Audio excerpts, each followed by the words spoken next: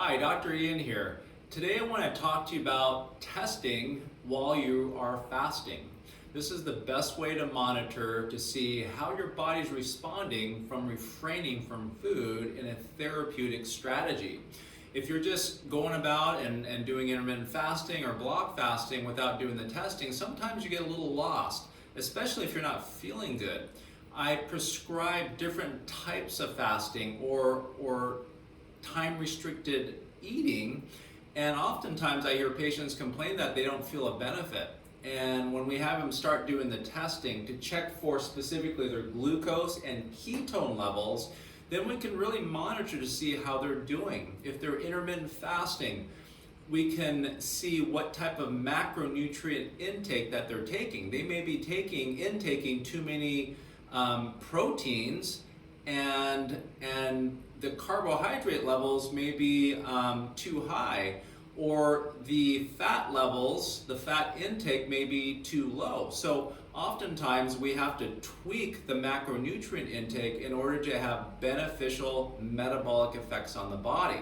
Everybody is different. Not every single individual is the same, so it's not a cookbook approach for the most part. Now there's some individuals that follow a ketogenic diet and they do really, really well on it, but there's others that fail at it and they complain that, hey, it doesn't work, it's not for me, but oftentimes they're not doing it right.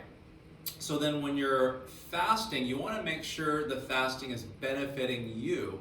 And the way to do this is through test. So you want to check your glucose and ketones, so you need to have a meter. I advocate the Keto Mojo meter, and this particular meter will check for both glucose and ketones.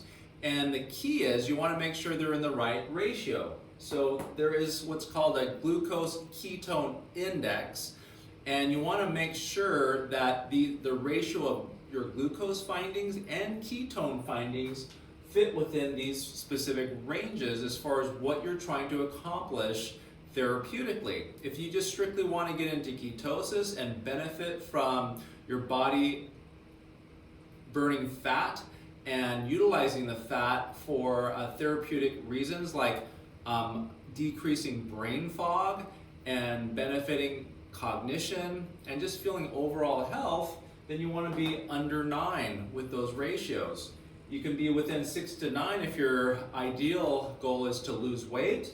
If you want to assist with your diabetes or any other types of hormonal type of dysregulation, you want to be within this range here.